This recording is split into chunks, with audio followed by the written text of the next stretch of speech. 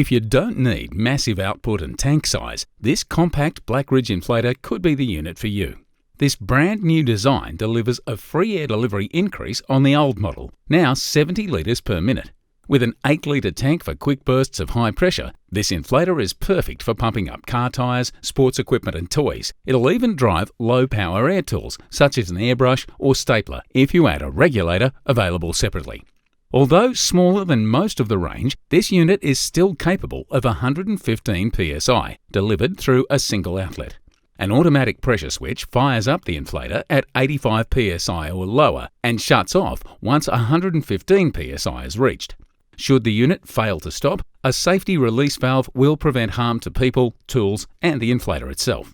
The smaller power requirement also brings the advantage of portability. At 750 watts, it can be powered off a 1500 watt pure sine wave generator. It doesn't emit too much noise either, only 77 decibels at 3 meters.